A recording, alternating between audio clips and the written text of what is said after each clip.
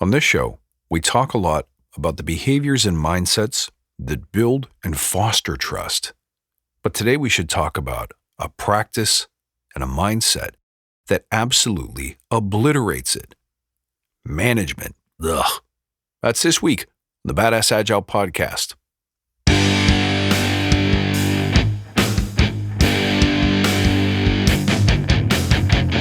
Greetings, team. Welcome to the Badass Agile podcast. I'm your host, Chris Williams.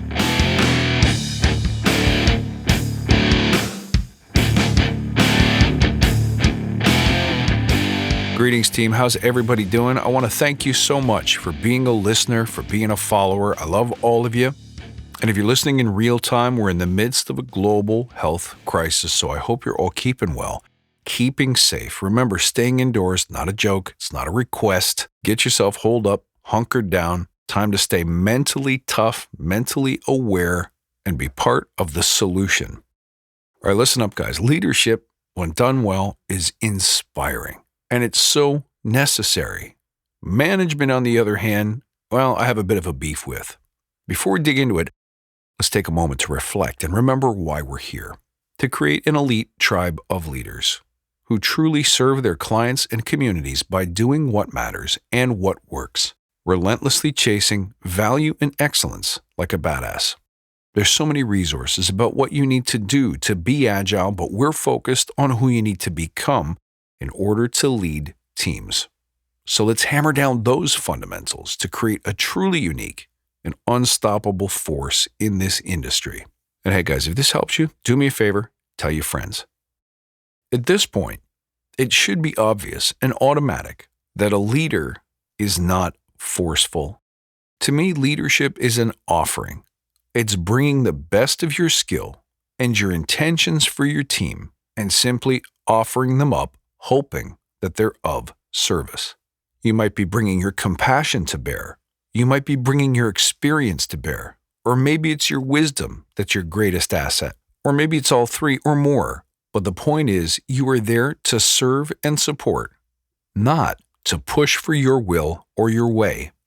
And it's hard for me. I was on a call this week where people were asking me it was like a Q&A session. What do you do when this happens? How do you do this properly? And it's so tempting when you're being asked for your wisdom or to draw upon your experience to give advice and to say, well, if it were me, first you do this, first you do that. I had to slap myself on the wrist a little bit and remember that the right way to lead, or the interesting way to lead, is to say, well, given the principles that we know, so here's what we remember about our training in Scrum, our training in Agile, what would you do? What does your instinct tell you? And see what they come up with. Now, if they come up with something that's a little bit off of what you were thinking, you have a couple of options. You can say, well, that might work. Who else has ideas? Maybe brainstorm for a bit, and then maybe choose the best way forward as a group. Or if you just know it's not going to work, you can offer that up. You can say, yes, you're absolutely right, and let me add the following. Now, I suggest this not to, protect feelings or to be politically correct, but rather, guys, you have to remember something so important. We're training leaders here. In every team opportunity, especially if you really believe that it's flat and non-hierarchical, we are always looking for opportunities to let others lead in the moment. How do I solve this? What's your instinct tell you? How'd you solve a similar problem last week? I watched you. You did a great job. What did you learn? What would you like to try this time? So guys, if you have a self-improvement backlog or a leadership improvement backlog like I suggest you do, maybe write that one down. When asked for the answer, pose a most excellent question. Now here's the opposite. I was on a different call where people were really struggling, really hurting, and they were asking for solutions. So instead of offering one, I simply said, tell me more. How does this problem show up? How do you know it's a problem? What pain does it cause? And then people offered things up and they got talking across lines, across organizational divisions, and it was wonderful. And then in the end, the quote-unquote manager kind of stepped in, took the floor, and didn't relinquish it until they had dictated the next steps, the desired and appropriate behaviors, and the expected outcomes. And after the session, I took a few minutes to reflect. What could I have done better? And I realized it was on me to make sure that that didn't happen. And I failed to get there.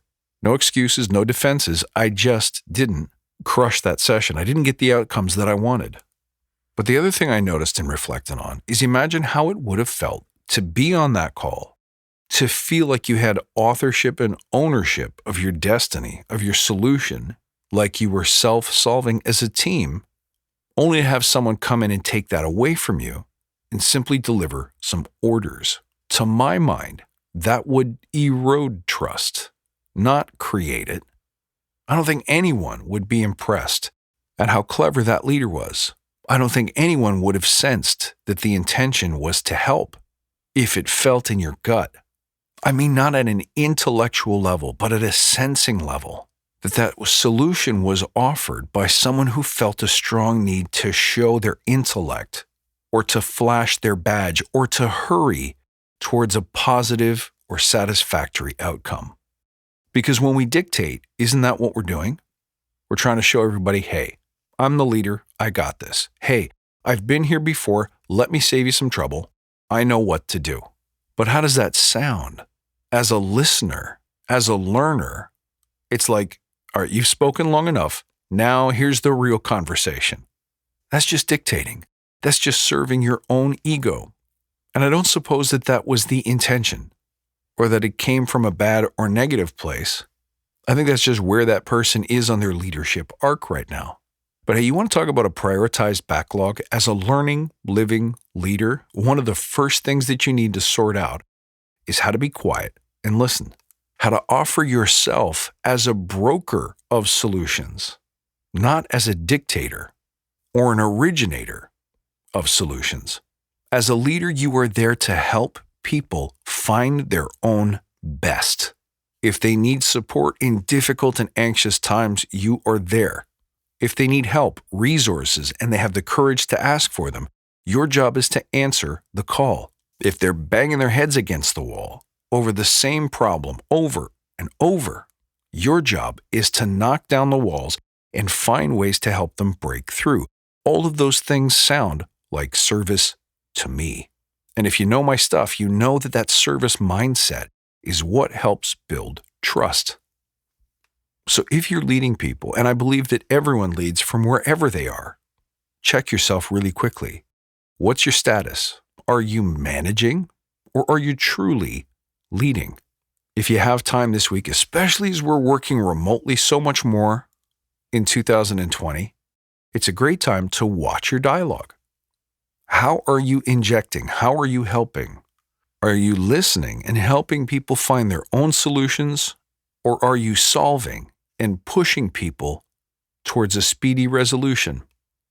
Do a quick status check and let me know if you're struggling. Let me know if there's something I can do to help you become more leader-like and less manager-like. All right, guys, that's it for today. I appreciate you listening. Thanks for being part of this unique tribe. You can find me at badassagile.com or on Twitter at badass_agile.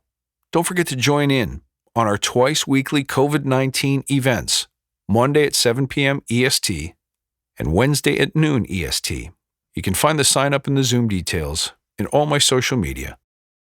Come and be part of the solution. Let's focus on what we can change and can control. Let's listen. Let's brainstorm. Let's act. Until I see you again, stay healthy, stay badass.